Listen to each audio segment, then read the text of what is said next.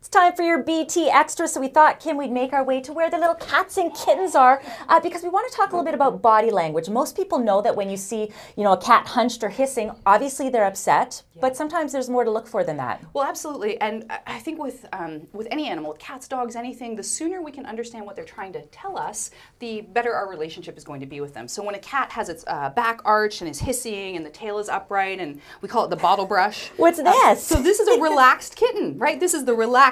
Anytime you see a cat scratching, that's a way they're comfortable with their environment. It's a good outlet for them. But you can see they kind of get a little bit excited. I don't know if you can tell how his ears are starting to go back a little bit. Okay, they've come forward now, but they can get quite aroused. So one of the things, and these guys are buddies, so they're familiar with each other. So their greeting is familiar cat to familiar cat, straight to play.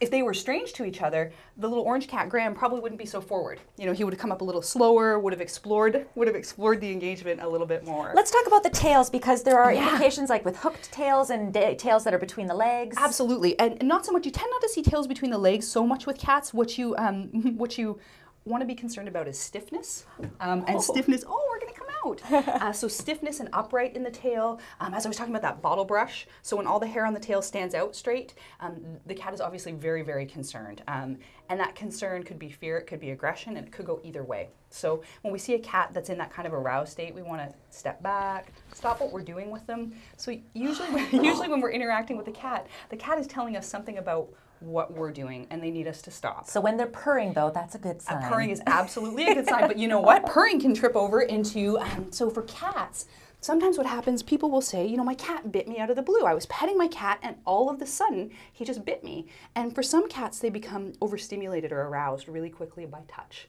So we sort of have a 3-pet rule here. So when we have a cat, that comes in, what we like to do is let the staff know, and volunteers and the public, to go ahead and give it 3 pats and stop, and give the cat an opportunity to settle itself. Because for some cats, that's about enough to send them over into the edge of arousal. Right.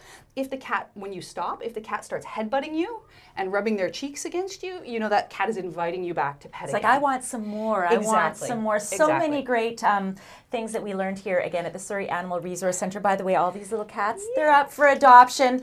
For more details, you can check out, again, the Surrey Animal Resource Centre.